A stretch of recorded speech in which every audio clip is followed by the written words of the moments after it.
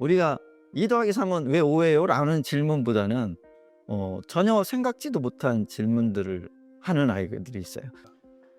일단은 질문이 왔을 때 멈추면 안 돼요.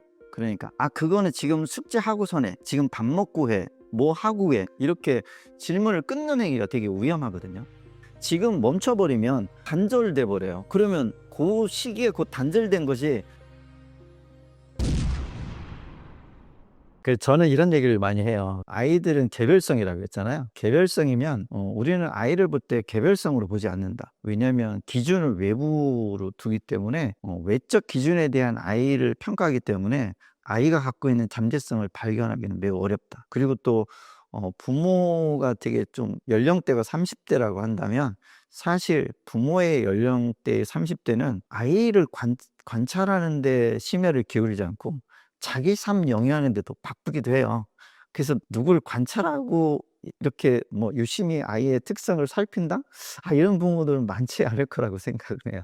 그다음에 아이들 입장에서 볼 때는, 제가 볼 때는 어떤 비교군을 사회적 기준으로 놓지 말고 아이 내면, 그러니까 내 안에서의 비교군을 볼 수 있어야 되는데, 이게 진정한 관찰이 아닐까? 뭐 이런 생각을 하죠. 나라는 사람이 있을 때 분명히 내 안에서의 비교군에서는 잘하는 게 무조건 누구에게나 하나씩 있다는 거죠. 간단하게 뭘 해도 어떻게 반응이 빠른 아이, 아니면 먼저 하고 싶은 욕구가 많은 아이, 뭐 이런 것들만 해도 그 기질적으로 타고난 자기 내면에 갖고 있는 것 중에서 비교군에 가장 우수한 것은, 이게 어떤 좋은 점이 있냐면 아이의 자발성과 능동성을 키워준다는 거거든요. 근데 내가 생각은 나 이거 잘하는데 그걸 계속 시켜 놓으면 내가 잘하니까 그걸 흥미롭고 재밌게 하는데, 사회적 기준으로 봤을 때 쟤보단 못하고 뭐 쟤보단 떨어지는데 부모 입장에선 '저걸 잘한다.'라고 볼 수 있을까?'라고 생각하는 순간, 아이 입장에서는 부모가 가장 가까운 부모가 인정을 못 해 주는데 아이 스스로 그 어린 나이에 뭐 '그걸 잘한다.'라고 표명한다는 게 쉽까? 뭐 이런 생각을 좀 많이 하죠. 그래서 실상은 뭐 유대인 같은 경우는 이제 자녀가 10살 되기까지 자녀를 양육하는 데 위대한 여정으로 인식을 하거든요. 그래서 유대인 같은 경우는 엄마가 임신하면 10년 동안은 자기가 갖고 있는 뭐 사회성을 다 버리고서라도 자녀 양육에 올인을 하는 것이 뭐 인생의 가장 축복된 일이라고 생각한다면, 그런 어떤 부모의 태도는 아이의 내적 잠재력을 발견하는 데 매우 좋겠죠. 근데 그렇지 않고 내 인생도 중요한데 자녀로 인해서 경제적인 어려움이라든지 환경적인 불편함, 이런 것까지 감수하면서 오직 자녀의 잠재성을 파악하는 데만 되게 집중할 수 있는 부모, 참 쉽지 않다라고 생각하죠. 그러니까 이제 타고나서 남들보다 우위를 점령한 잠재력만 보일 수밖에 없고, 그것만 이제 찾을 수밖에 없다는 거죠. 일단은 교과목이라는 것은 발현된 상태예요. 근데 수학적인 관점에서 볼 때 이런 게 있어요. 수학을 정말 타고난 아이들의 수학하는 아이와 공부를 통해서 수학을 학습한 아이는 전혀 다른 상태로 나타나긴 해요. 예를 들어서 이제 뭐 제가 이제 수학을 가르치다 보면 "선생님 이렇게 하면 되는 거예요? 이렇게 하면 되는구나." 이렇게 인식하는 아이는 사실 수학을 뭐 잘할 확률보다는 그냥 답습하거나 뭐 이렇게 방식을 따라하는 아이, 뭐 이런 아이에 가깝고요. "선생님 왜 이렇게 해야 돼요? 꼭 이렇게 하는 이유는 뭐예요? 이거 어디다 써요? 이거 배워서 뭐 어떻게 하라고, 이거 꼭 필요해요? 지금 나 이거 하지도 않는데 왜 이걸 꼭 해야 돼요?" 이렇게 뭔가를 나타난 현상보다 뒤에 숨겨진 어떤 원리나 그 이유를 탐색하려고 하는 성향? 이게 이제 영재들이 갖고 있는 근본적인 원리나 본질을 알려고 하는 것. 이게 가장 기본적인 핵심이지 않을까, 이런 생각을 하죠. 예민성도 사실 보이지 않는 것까지 보려는 속성이거든요. 그럼 나타난 현상에 집중하지 않고 보이지 않는 것을 찾아서 남들이 보지 못하는 것을 알게 되면, 우리는 이제 원자를 보다 핵심적 요소가 있잖아요. 그 원리가 핵심의 요소가 돼서 그 원리를 토대로 세상을 다양하게 해석할 수 있는 근간을 갖는 것. 그러려면 자기만의 어떤 그 원리나 논리력이 있어야 되는데, 찾으려고 노력하는 아이? 이런 아이가 제가 볼 때는 이제 영재 성향이 있다. 가장 그렇게 보는 거죠. 거기에서 비롯된 게 이제 호기심이든 뭐 완벽주의든 뭐 이렇게 파생돼서 나오는 거겠죠. 조금 더 잘하고 싶은 욕구라든지 뭐 이런 것들이 있을 뿐이지, 실상은 보이지 않는 것을 알려고 하는, 그다음에 핵심적인 어떤 근본을 찾으려고 하는 그런 욕구들, 이런 것들이 영재가 갖고 있는 가장 근본적인 특징. 그걸 것들이 보인다면 '아 영재가 아닌가.'라고 그렇게 생각하시는 게 좋을 것 같아요. 그거에 나타나는 현상적인 측면에서 그럼 빨리 그런 걸 어떻게, 얘가 뭐 원리를 탄 거는 어떻게 알 수 있느냐? 그거에 나타나는 것이 딱 하나 있어요. 질문이 많은 아이.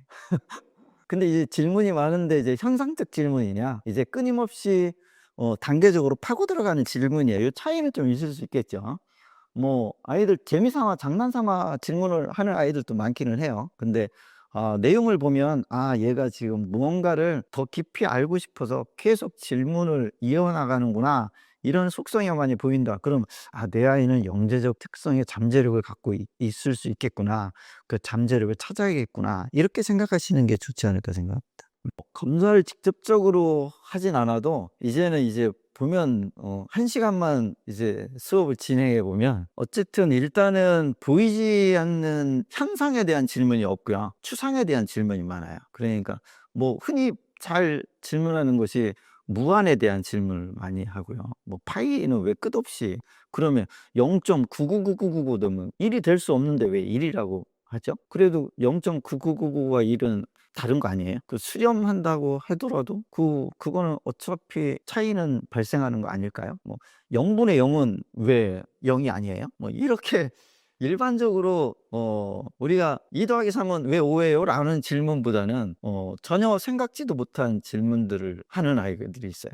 그러니까 일반적인 아이들한테는 나오지 않는 질문들이죠. 직접적인 질문이 아니라 간접적인 질문들이 좀 많이 드러나긴 해요. 그래서 보이지 않는 것에 대한 질문을 하는 아이 보면 '아 얘가 세상을 그냥 있는 대로 바라보지 않고 뭔가를 새롭게 바라보려고 하고 다른 측면으로 해석하려는 욕구가 강한 아이구나.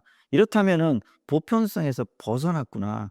그럼 보편성에서 벗어났으면 이제 얼마나 벗어난지는 이제 제가 다른 질문을 통해서 이제 찾아내는 일밖에 없는 거죠. 일단은 질문이 왔을 때 멈추면 안 돼요. 그러니까 '아 그거는 지금 숙제하고서 해. 지금 밥 먹고 해. 뭐 하고 해.' 이렇게 질문을 끊는 행위가 되게 위험하거든요. 그러니까 아까 말씀드렸지, 영재들의 아이는 뇌는 방사형 구조가 되게 높다고 했잖아요. 그러면 자극이 자극을 계속 물고 늘어져서 확산되는 효소가 있는데 지금 멈춰 버리면 그게 단절돼 버려요. 그러면 시기에 그 단절된 것이 1 시간 뒤에 그대로 나타나네요. 절대로 그러지 않고 다른 생각으로 발현되게 돼 있어요. 그러면 깊이 들어갈 기회를 상실하게 돼 있어요. 일단은 질문을 들으면 하던 걸 멈추고 바로 그 질문에 대해서 답변하기보다는 같이 탐구하는 거예요. 첫 번째 물어볼 때는 "어떻게 그런 생각을 하게 됐어? 왜 그런 궁금증을 갖게 됐어?" 이런 의도성을 물어보는 게 매우 중요해요. 그래야지만이 부모 입장에서 방향성을 제시해 줄 수 있거든요. 그 의도를 알아야 얘가 정말 논리성 때문에 궁금한 건지, 아니면 그냥 가능성 때문에 궁금한 건지, 아니면 지금 이 상황을 모면하기 위해서 그냥 의미 없이 던지는 질문인지, 이걸 파악하는 데 되게 중요하겠죠. 그래서 만약에 이제 학문적으로 깊이를 물어본다. 그거는 같이 찾아봐야겠죠. 부모가 대답해 주는 것이 좋지 않겠죠. 그렇지 않고 그냥 가능성으로 물어본다면 부모의 경험담을 얘기해 주는 게 좋겠죠. "아 나도 너 때는 이런 걸 궁금했었는데 이렇게 생각하고 그때는 지났는데 나중에 이런 공부를 통해서 엄마도 그때는 알게 되었어." 이렇게 이제 해 주는 것이 좋겠죠. 이게 가장 중요한 게 질문을 끊지 않는 거, 맥락을 끊지 않는 거, 이게 매우 중요한 것 같아요. 이제 뭐 이 수학적인 가르칠 때 느껴지는 거는 뭐가 있냐면, 이제 수학 문제를 풀다 보면 계산적 단계라는 게 있거든요. 그러면 계산적 단계가 가끔 뛰어넘는 아이들이 있어요. 그럼 저도 이제 계산을 같이 눈으로 하다 보니까 이 과정을 써야 되는데 숫자가 잘못 쓰여지는 경우처럼 느껴질 때가 있어요. 그러면 제가 그게 아니라 이거 이런 과정을 통해서 이렇게 써야 돼요." 하니까 그래서 저 그거 숫자 그거 쓴 건데요." 이러면 제가 생각하는 것보다 두세 단계를 뛰어넘어서 이미 계산이 끝난 상태에 답 쓰는 아이들 종종 보기는 해요. 그러면 '아 내가 일반적인 패턴의 단계를 거치지 않는다는 것을 착각했구나. 이 아이한테는 그거를 뛰어넘어야 되구나.' 그때부터는 이제 제가 개입을 하는 게 줄어들고 기다려 주는 게 더 늘어나죠. 그래서 그런 아이들한테 아까 뭐 단절하는 게 되게 위험하다고, 두 번째로 중요한 것이 이제 기다려 주는 거예요. 왜냐하면 내 생각대로 해석하면 절대로 안 되기 때문에 아이의 해석 방식을 기다려 주는 것이 두 번째로 중요한 포인트인 것 같아요. 한 80%는 실상은 이제 중등 과정까지 별 무리 없이 소화는 해요. 근데 나머지 한 20%는 이 아이들도 좀 똑똑하다 보니까 이제 놀고 싶고 쉬고 싶고 막 이런 것들이 많이 나타나거든요. 그래서 이제 그런 아이들을 미성취 영재라고 하는데, 미성취 영재가 되는 현상 중에 하나를 분석해 보니까, 물론 이제 저 나름대로의 분석이긴 한데, 어떤 한 분야에 특별히 흥미를 갖지 못하고 전전긍긍하게 되면 어느 것도 드러나지 않는 영재로 전락할 수 있다는 거. 이게 매우 위험한 영재, 이렇게 표현을 하긴 하는데, 그래서 아이들이 어떤 몰입 형태라든지 관심이나 흥미를 보일 때는 그게 비학습적일지라도 아이들이 적극적으로 그 속에 몰입할 수 있도록 도와주셔야 되는데, 이게 학습에서 멀어진다는 이유로 그만하게 하고 계속 학습적으로 끌고 갔을 때는 아이는 자기의 흥미를 발현시켜서, 이걸 이제 자기 성취라고 하는데, 이게 자기가 정해 놓고 그거를 자기가 노력해서 얻어질 때 자기 성취욕이 발생하는데, 그때 도파민 분출이 매우 보상 중추에서 도파민 분출량이 되게 많이 나오게 돼 있거든요. 그러면 이게 되게 즐거움으로, 그러니까 지적인 어떤 만족도로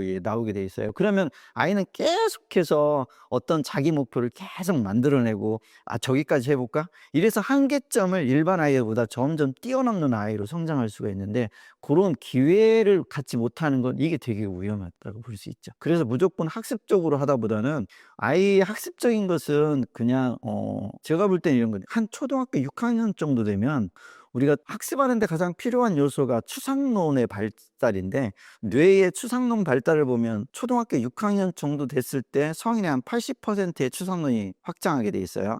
그럼 초등학교 3학년 이전까지는 사실 추상론이 없기 때문에 현상적인 학습에서 머무르게 되거든요.